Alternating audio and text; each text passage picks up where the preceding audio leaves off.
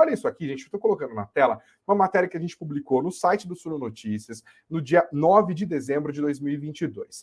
O título da matéria é "Dólar sofrerá com o efeito Lula e chegará a R$ 6?"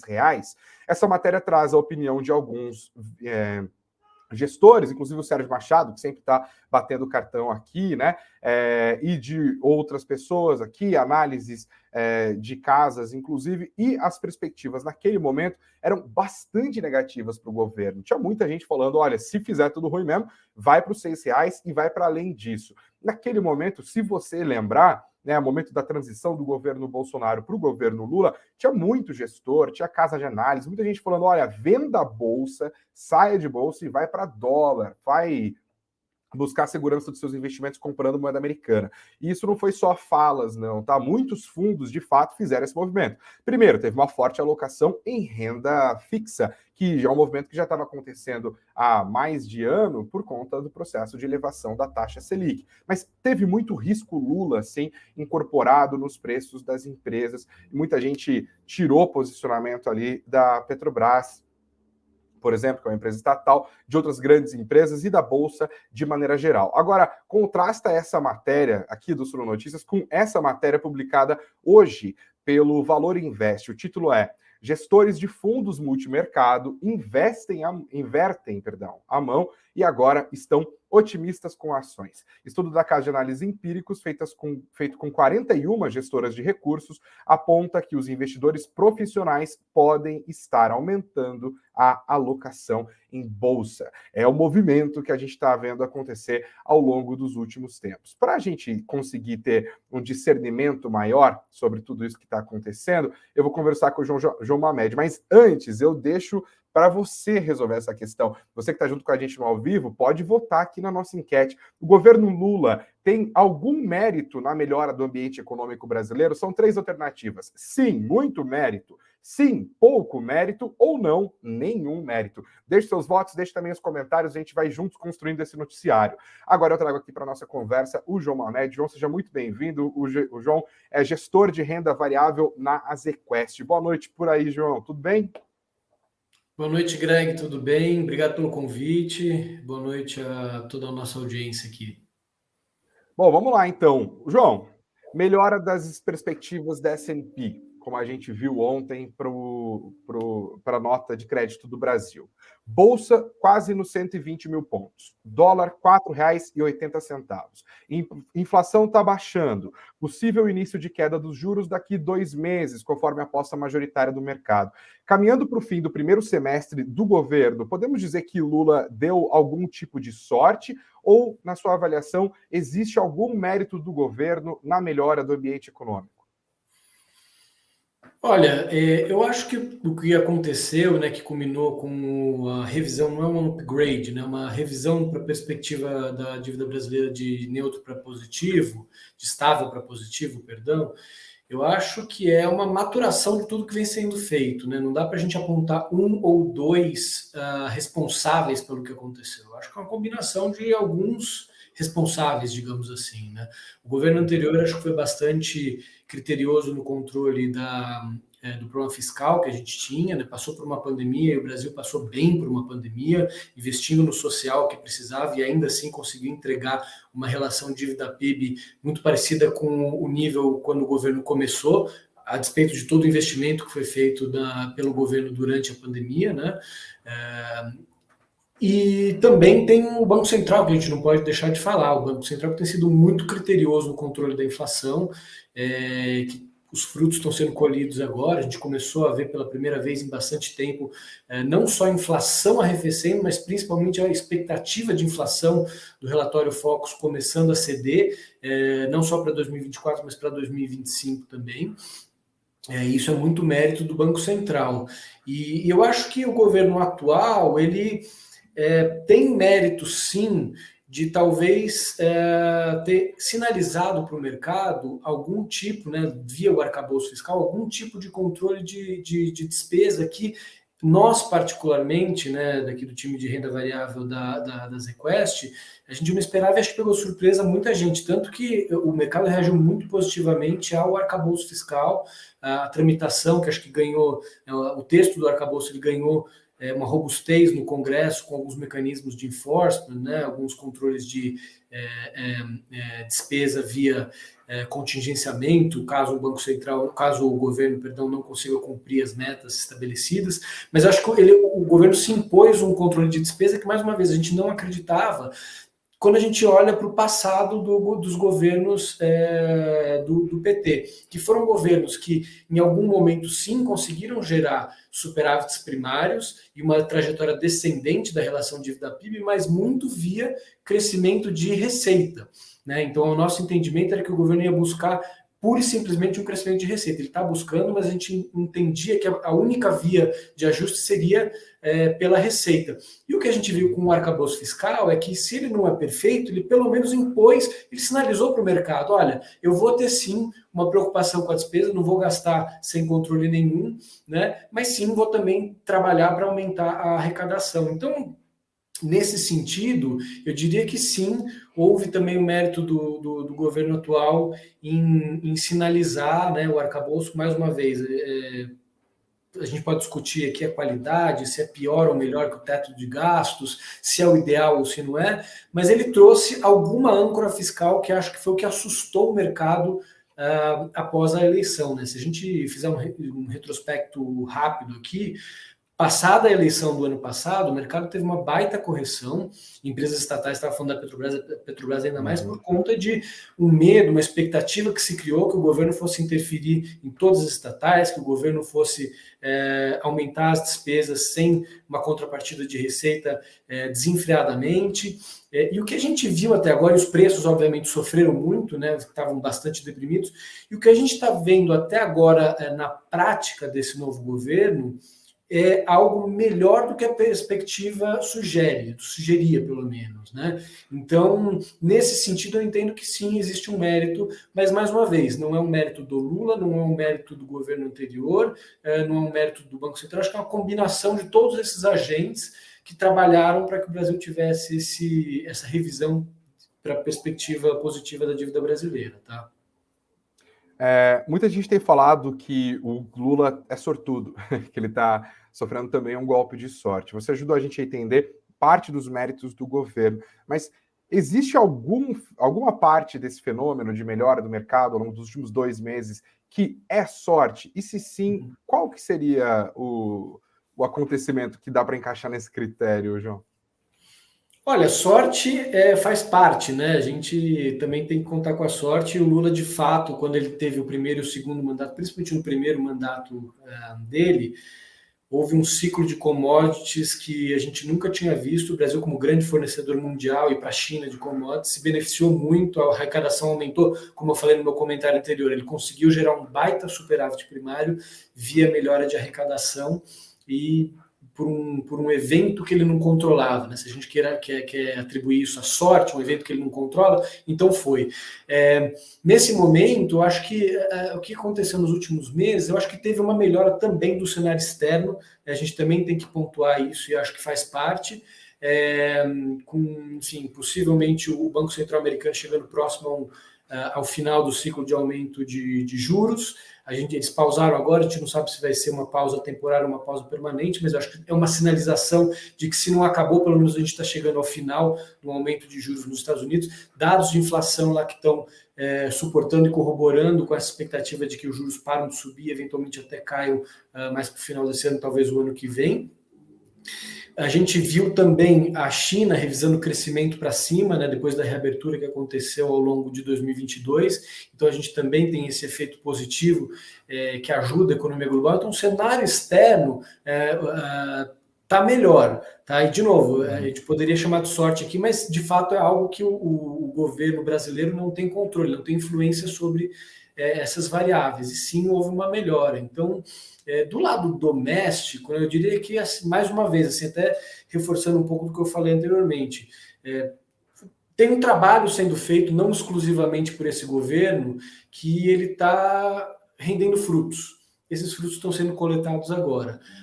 Para sorte, digamos assim, do Lula, ele é o presidente no momento que algumas dessas frutas estão sendo colhidas, né? Então, talvez seja um pouco de sorte, sim. Não acho que é um mérito exclusivamente do governo, mas eu acho que tem, como eu falei anteriormente, um pouco de mérito, sim, desse novo governo através dessas sinalizações, né? Sim. Eu acho que no final das contas, todo mundo acaba esperando, pelo menos os que não são os fãs de político mais, né, exagerados, que haja algum tipo de continuidade e de racionalidade na maneira como os governos administram a nossa economia, né? Até para fechar essa parte da política, muita gente tem falado, olha, havia um viés muito grande contra o governo por parte do mercado financeiro. E pode ser que houvesse mesmo, né? Mas, por outro lado, havia muitos motivos para haver vieses antigovernistas, né?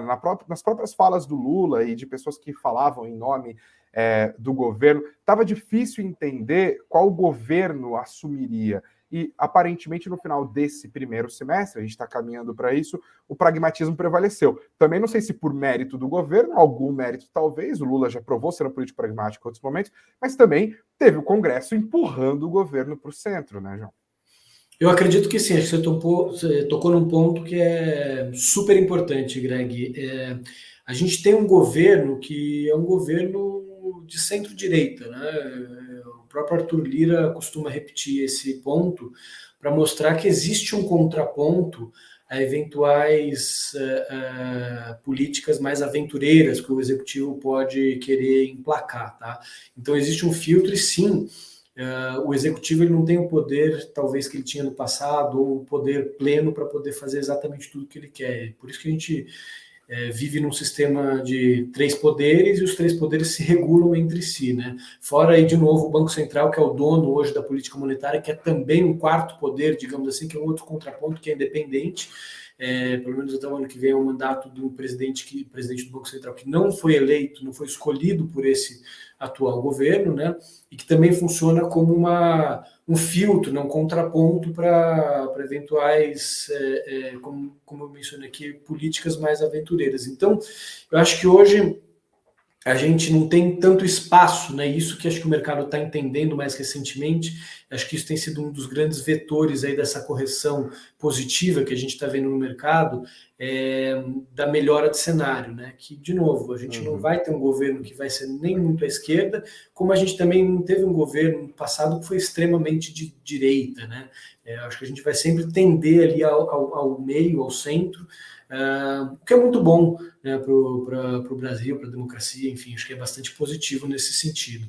Dá muita previsibilidade, né, para o investidor estrangeiro, acho que isso é muito importante, a gente não vai ver nenhuma mudança drástica em políticas econômicas, enfim, acho que a agenda, algo que andou nos últimos anos e aparentemente o Congresso ele tem muita vontade de continuar andando, são as agendas de reforma, reforma micro, reforma tributária, que também o Congresso tem, o presidente do Congresso, o presidente, perdão, da Câmara, o Arthur Lira, tem falado abertamente e exaustivamente que ele vai, parece que é uma bandeira dele, né? Ele quer entregar, assim como o Rodrigo Maia entregou a reforma da Previdência, ele quer entregar a reforma tributária como uma bandeira do tempo que ele esteve na presidência da Câmara. Então, eu acho que, de novo, a agenda de reformas talvez ela não seja acelerada, mas ela vai continuar, vai ter uma continuidade ao que vem sendo feito, a evolução que a gente vem observando aí nos últimos anos. Isso, obviamente, foi um que a gente chama de de-risk, né, muito grande aí para os mercados nos últimos meses. Agora, indo um pouco mais para os ativos, mas ainda mantendo um pezinho na política. Hoje eu falei, por exemplo, sobre como essa queda, para muita gente inesperada no preço da gasolina, anunciada pela Petrobras, e esse arranca-rabo entre o ministro Alexandre Silveira, de Minas e Energia, e o presidente da Petrobras, Jean Paul Prats, acabou abrindo espaço para uma realização de lucros na Petrobras. Como que você vê a situação da Petrobras de maneira prospectiva, justamente tendo em vista o que aconteceu ao longo desses últimos 6 meses? Perfeito. Eu acho que se a gente olhar, né, em retrospectiva esse período desse novo governo e tudo que aconteceu pós-eleição, como eu mencionei, as coisas elas estão, na prática, vindo melhor do que a expectativa que se criou sobre esse novo governo. Isso inclui também a atuação do governo perante as estatais. mais, acho que pronunciadamente, o caso da Petrobras, que é mais emblemático, né? Tem um poder de, eventualmente, controle de preços de combustível, que é bastante importante. Então, existia uma expectativa pós-eleição, como eu estava falando, de que fosse haver uma mudança drástica em várias políticas, inclusive estatais, e na Petrobras ela sendo usada como instrumento de controle de preço, instrumento de política pública. Isso de fato não aconteceu. Houveram mudanças na Petrobras desde que o novo governo assumiu? Sim, houveram. A gente teve uma nova diretoria sendo eleita, a gente teve uma pausa nos processos de desinvestimento dos ativos que vinha acontecendo, que foi muito positivo para a Petrobras, gerou uma série de dividendos extraordinários, mas os dividendos foram pagos já sobre esse novo governo, inclusive os extraordinários, que poderiam não ter sido aprovados, foram aprovados. Houve uma mudança de política de preços que já era esperada? Sim, houve. Mas a gente entende que a mudança de política de preços que houve, ela é muito melhor do que a expectativa que se criou. Não se usa mais 100% o PPI, é uma mistura do PPI com o PPE, mas é algo que nos parece bastante razoável. Tá? Inclusive, já pegando um gancho e falando um pouquinho da situação de hoje, essa realização que o papel sofreu, o nosso entendimento é que esse aumento de preços, essa redução de preços que aconteceu hoje, ela nos parece bastante dentro da regra do jogo, da nova regra do jogo. Eu acho que por que teve, talvez, acho que são duas coisas, né? O papel em dólar está subindo 60% esse ano, é uma performance extraordinária. Então, acho que o movimento de realização de lucros era meio que natural que acontecesse em algum momento. E teve, obviamente, essa notícia do corte de preços. Mas essa notícia do corte de preços, como eu vinha falando, a gente não acha que foi necessariamente o Petrobras canetando para compensar o aumento de imposto que aconteceu há 2 semanas. Eu acho que foi, de novo, dentro da regra do jogo, algo que nos parece bastante razoável.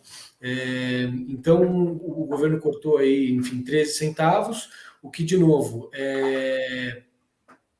nossos cálculos aqui indicam que parece estar bem dentro do novo escopo da política de preços. Tá?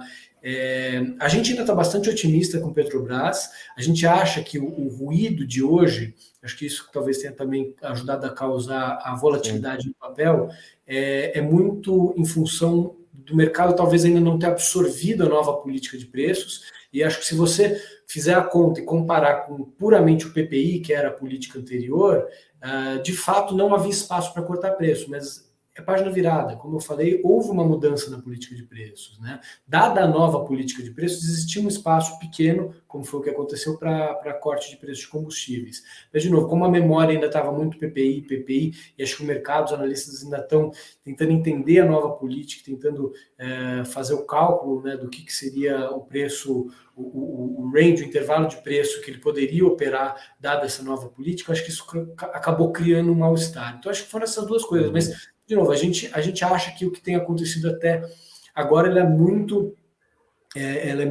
Foi o que o governo tem entregado até agora em termos de política na Petrobras é muito razoável, nos parece muito razoável, especialmente se a gente comparar com o nível de preço que o papel está negociando. Porque, embora a gente tenha visto o papel se valorizando 60% esse ano em dólar, a gente ainda vê um nível de valuation para essa empresa bastante barato, bastante descontado quando a gente compara com as empresas globais de petróleo. Né? A Petrobras está negociando nas nossas contas aqui algo ao redor de 4 vezes lucro, né? O que é um múltiplo bastante baixo. A gente acha que tem um espaço para ela negociar, enfim, 30%, 40%, 50% acima desse patamar. Então, embora, de novo, tenha tido uma performance bastante positiva esse ano, o nosso entendimento é que existe, por valuation, um espaço bastante grande para o papel ainda se valorizar, né? Ainda é uma posição que a gente aposta, que a gente gosta, mais uma vez, reforçando, o que tem vindo em termos de resultados para a Petrobras, dadas essas mudanças que aconteceram, são muito menos danosos para a empresa, desafetam muito menos a empresa do que a expectativa que se criou, destroem muito menos valor. Então, a gente continua, por esses dois motivos, ainda bastante animado com a empresa. houve um movimento de correção de expectativas e, na sua visão, ainda tem mais espaço de correção, Sim. basicamente. Bom, vou virar então agora para falar de um outro setor, que é o varejo, o nosso combalido varejo, né, João? O varejo e as small caps também, né? Elas acabam entrando um pouco nesse argumento macroeconômico. Essas empresas desabaram durante esse processo de aperto monetário que a gente viveu ao longo dos últimos anos. Mas, porém, todavia, contudo, entretanto, embora, pois, nos últimos 2 meses, conforme o mercado começou a vislumbrar lá para agosto, essa redução da Selic, que agora é a aposta majoritária, eles começaram também a colocar nos preços dessas empresas expectativas de juros menores. A gente viu as curvas de juros futuro convergindo todas para baixo e grandes avanços nesses papéis. Qual que é a sua visão para o setor de varejo especificamente? Se você quiser comentar small caps também, tem espaço para melhor? Agora é a hora e a vez do varejo? E eu pergunto porque são empresas muito queridas, inclusive porque elas são próximas do investidor pessoa física, né? Às vezes não é uma Taesa da vida, que você não vê anúncio da Taesa quando você liga a televisão, mas você vê anúncio do Magazine Luiza, você vê anúncio das Casas Bahia e por aí vai. Qual que é o futuro breve do varejo, na sua visão, dadas as perspectivas macroeconômicas atuais até o fim desse ano, já 2024? Legal. Essa é uma pergunta que ela é difícil eu te responder objetivamente, tá? Por quê? Eu vou explicar. Quando a gente olha por fundamento, embora essas empresas, como você bem mesmo mencionou, elas têm uma sensibilidade à taxa de juros muito maior, então, via de regra, empresas de menor capitalização, empresas que são mais alavancadas, mais sensíveis a juros, curva fecha, elas reagem mais positivamente, e o inverso é verdadeiro. Por isso que nos últimos anos esses papéis foram completamente destruídos, uma performance muito ruim, porque a gente conviveu aí com taxas muito altas da Selic, muito alta por um tempo, e agora a gente está com a perspectiva de que vai cair, já teve um fechamento bastante robusto da curva, e a gente acha que entre agosto e setembro o Banco Central inicia um ciclo de afrouxamento monetário. Então, em tese, essas empresas sim deveriam ser bastante impactadas, algumas delas já andaram bastante, a gente vê o índice Small performando pela primeira vez em muito tempo, bem acima do Bovespa. O Bovespa subindo 8%, 9% esse ano, contra o índice Small subindo 12%, 13%. Então, assim, hoje mesmo, né, você estava falando, Petrobras caiu, a Bolsa subiu um pouquinho, o índice Small subiu bem mais do que o Bovespa. Né? Então, nesses momentos, é o momento das small caps. A gente acha que sim, as small e mid caps deveriam ser as empresas mais bem afetadas, e olhando para frente, prospectivamente, a gente entende que deve continuar esse movimento. A gente aposta até mais nessas empresas, no perfil de small cap, de mid cap, do que nas empresas large caps. Então, para essa parte, a resposta seria sim. Agora, especificamente o setor de varejo, e quando eu falo small e mid cap, não é necessariamente só varejo, né? Domésticos, poderia incluir varejo, saúde, educação, construtoras, tem uma série de outras companhias que englobam esse índice, né, small, que afetam a performance dele. Agora, especificamente do varejo, por que eu falei que não é simples eu responder essa pergunta? Porque sim, essas empresas estão mais alavancadas e sentem mais a queda da taxa de juros, mas quando a gente olha o fundamento de curto prazo, ainda é bem desafiador. Tá? A gente deve passar por uma temporada de resultados, a gente já viu no primeiro trimestre uma temporada de resultados bastante difícil para as varejistas, e a gente deve ver ao longo do segundo trimestre uma continuidade, talvez até em alguns subsegmentos, ou até um agravamento dessa queda de venda ano contra ano que a gente viu no primeiro trimestre. Né? Por quê? Porque, por alguns motivos. Primeiro, porque a gente está vendo uma desaceleração da economia, né? A gente tem alguns monitores que a gente acompanha, de grandes bancos que soltam monitores de cartão de crédito, que é uma proxy muito legal para vendas de varejo, e a gente viu que a partir de abril, que um movimento que se acentuou em maio, a economia começou a dar sinais fortes de desaceleração. A gente está vendo vários analistas políticos, etc., analistas economistas soltando revisões do PIB para cima, mas está sendo muito, muito drivado pelo setor agro. Se tem algum setor no Brasil que está indo super bem, é o agro, que é uma boa parte do PIB. A parte de consumo está fraca. Primeiro trimestre, o PIB surpreendeu para cima, mas foi agro, o consumo surpreendeu para baixo. No segundo trimestre, achou uma continuidade disso. Por quê? Taxa de juros de quase 14%. A inflação agora está começando a dar uma arrefecida, né? A gente conviveu com taxas de inflação bastante altas por um bom período, né? E aí você tem em alguns subsegmentos algumas coisas específicas de um ou outro, a temperatura no setor de vestuário, que talvez não tenha sido a ideal, etc. Mas aí eu já vou entrar muito no detalhe aqui, acho que não vale a pena. Pensando no macro, né, no consolidado, a pegada, se eu estou entendendo, é que essa economia que a gente sente no dia a dia. Eu lembro quando saiu esse dado do PIB, eu até nem lembro mais quem que era. Era o Luiz de Souza Leal, agora está na G5 Partners.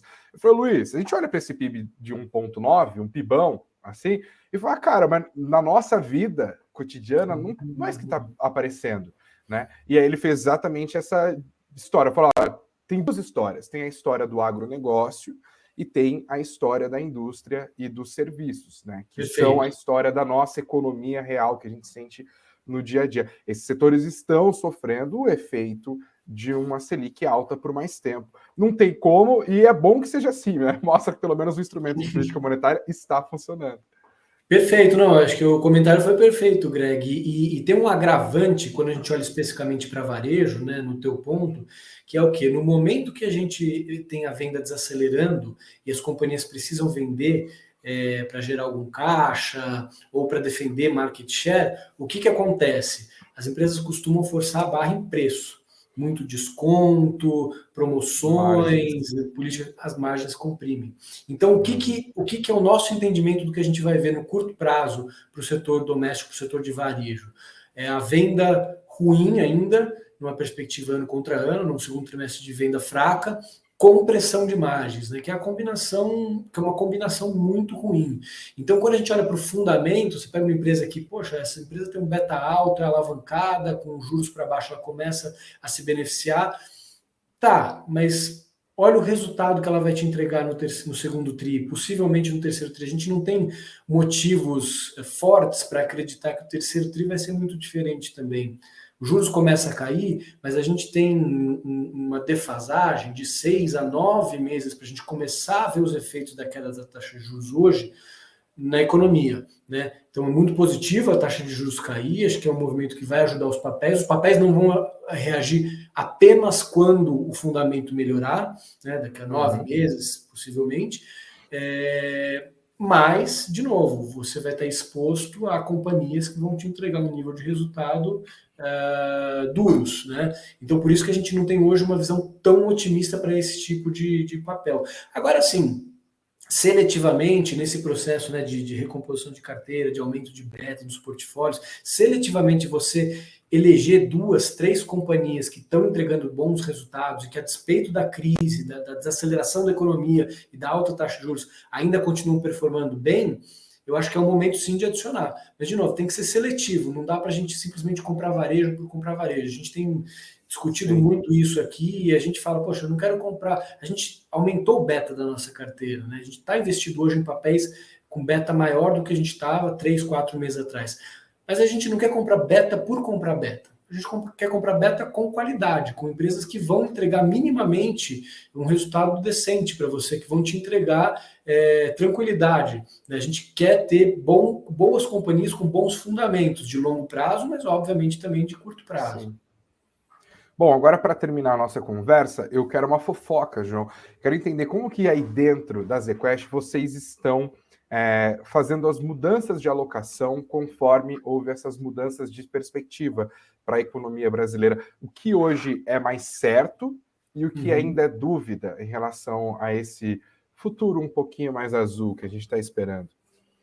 Legal. Olha, eu vou começar com a segunda parte da pergunta.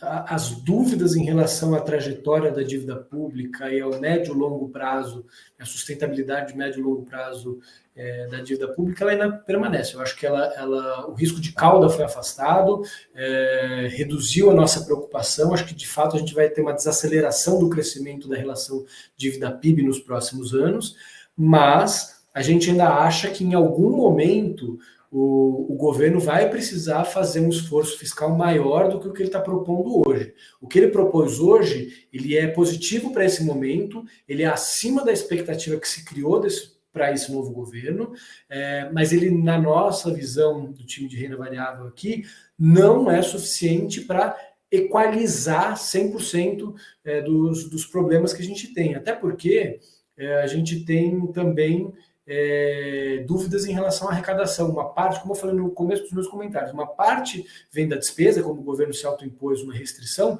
mas uma boa parte vem da receita. E as receitas que o governo está contando para esse novo arcabouço parar de pé são dúvidas ainda. Então a gente tem um componente de incerteza aqui que nos preocupa e a gente está com ele ligado 100% do tempo, porque a gente sabe que a gente vai precisar discutir e acompanhar a evolução disso ao longo do tempo. Agora, de fato, né, é inegável que no curto prazo, como eu falei, você reduziu sim a incerteza em relação ao fiscal, e com dados de economia, né, tanto de PIB surpreendendo para cima e de inflação para baixo, que vai permitir o Banco Central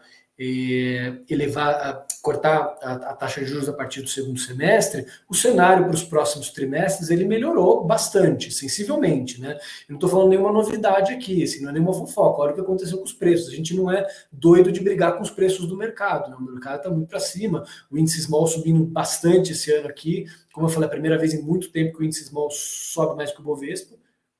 Perdão, Greg, acho que você está no mudo. Mas vocês estão indo na onda também? Vocês estão aumentando a exposição? Sim, exatamente. Aí esse é o segundo ponto, assim, agora pegando um gancho aqui para o seu primeiro ponto, a gente aumentou a alocação em renda variável, a gente hoje está carregando muito pouco ou quase nenhum caixa, a gente está 100% quase alocado no nosso portfólio, e como eu falei, com uma elevação de beta. Se há um tempo atrás o nosso nível de preocupação era tão grande que a gente estava carregando bastante caixa com um beta mais baixo, carregando muita empresa de energia elétrica, bancos, que são empresas para onde o mercado corre, né, onde você se defende nesses períodos de juros mais altos. Nesse momento, a gente fez uma mudança sensível no portfólio, adicionando um pouco mais de domésticos, né, não necessariamente, como eu falei, o varejo, embora a gente tenha alguns cases ali que a gente gosta.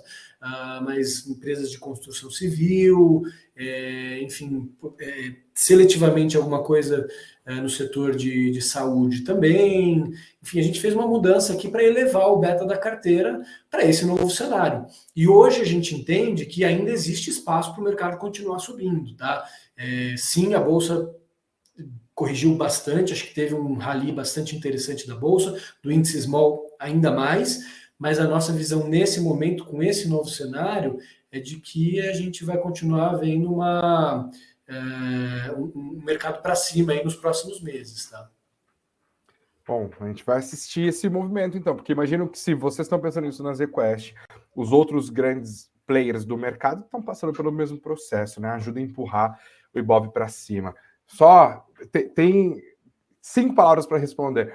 Ibovespa vai terminar mais ou menos em quanto? Se fosse para chutar, valendo assim, um chopp, ou em 2023. Acho que é mais fácil acertar os números da loteria do que essa pergunta, cara. Mas é um chopp. Vai, deixa um chute aí, João, por favor. Para final desse ano aqui? Entre 130 e 140 mil pontos. Posso dar um intervalo? Boa, tá ok. A gente já está ali no 120, né? 130, 140. Perfeito. João Hamed, muito obrigado aqui pela sua presença, excelente conversa, acho que você ajudou a clarear muito esse horizonte todo que a gente está olhando e esse momento conturbado que a gente está vivendo também, muito bom, passamos a lupa aqui no noticiário, portas sempre abertas, volte sempre, por favor, tá? Obrigado mais uma vez pelo convite, Greg, estou sempre à disposição para bater um papo. Valeu, obrigado galera da ZQuest, sempre nos ajudando aqui também, até mais.